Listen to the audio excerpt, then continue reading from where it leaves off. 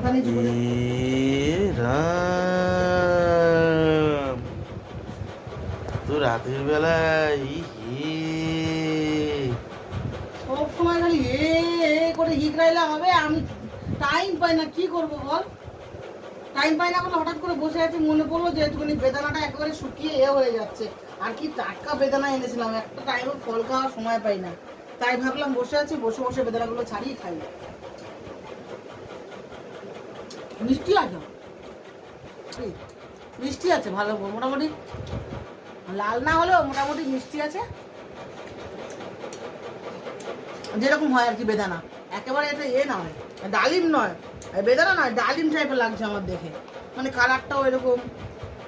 তাই মনটা, কাজকর্ম নেই, সময় আছে, বসে বসে খাচ্ছি। বন্ধুরা, আমার মধ্যে কে কে এত রাত্রে ফল খাও তোমরা একটু কমেন্ট করে জানাও, পাগল হয়ে গেছি।